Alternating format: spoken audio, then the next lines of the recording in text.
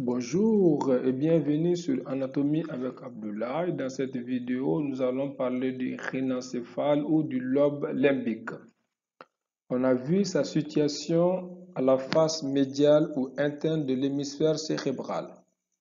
Ce vieux cerveau, fait de paléo et d'archicortex, entoure le diencéphale. Il constitue un cerveau de pulsions instinctives.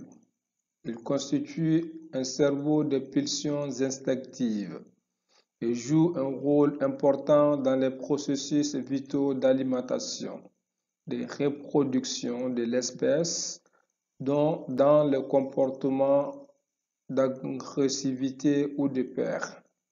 Ces relations avec le système olfactif expliquent l'importance, dans certaines espèces, de l'olfaction pour les processus vitaux, alimentation, vie générique, etc. Son activité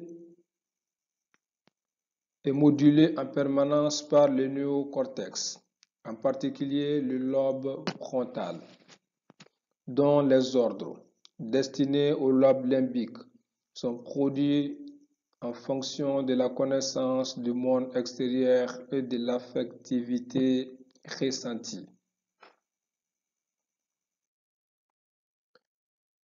Le néocortex, façonné en partie par la société dans laquelle nous évoluons, contribue donc à modérer en permanence les pulsions de l'animal humain.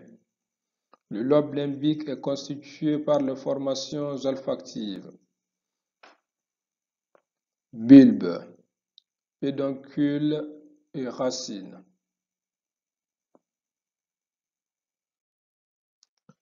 Et par le cortex singulaire et hippocampique, auquel on doit ajouter d'autres formations que nous ne ferons que citer. L'induction gris, nerf de l'incisie, fasciola cinerea, corps goudronné, bandelette diagonale, etc. Fornix ou trigone, formations abénulaires, stries médulaires.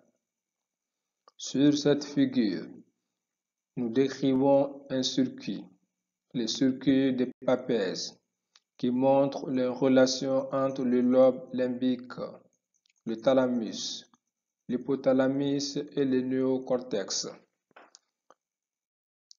C'est un circuit en rond où les informations circulent en permanence. Imaginons une information arrivant au niveau de l'incus de l'hippocampe. De là, elle est transportée par le fornix vers le corps mammillaire, diencéphale. Du corps mammillaire, par un faisceau de Vic d'Azir qui rejoint le noyau antérieur du thalamus. Celui-ci projette sur le cortex frontal. À son tour, ce dernier renvoie l'information sur le cingulum, dont on sait qu'il s'agit d'un grand faisceau d'association multisynaptique, aboutissant finalement à la région de l'incus hippocampique. Au passage, le cingulum et le gyrus hippocampique ont pu recevoir de toutes régions du cortex, frontal, pariétal, occipital, temporal, des informations. Ces circuits, en boucle, permettent donc le brassage permanent de multiples informations d'origine différente, mêlant et associant des stimuli moteurs, végétatifs, sensitifs, affectifs, avec les influx proprement instinctifs, propres aux formations limbiques. Voici la bibliographie pour plus d'informations. Je termine par cette citation de Jim Rohn. Nous devons tous souffrir l'une des deux douleurs, la douleur de la discipline et la douleur du regret ou de la déception. La discipline est douloureuse, mais le regret l'est encore plus.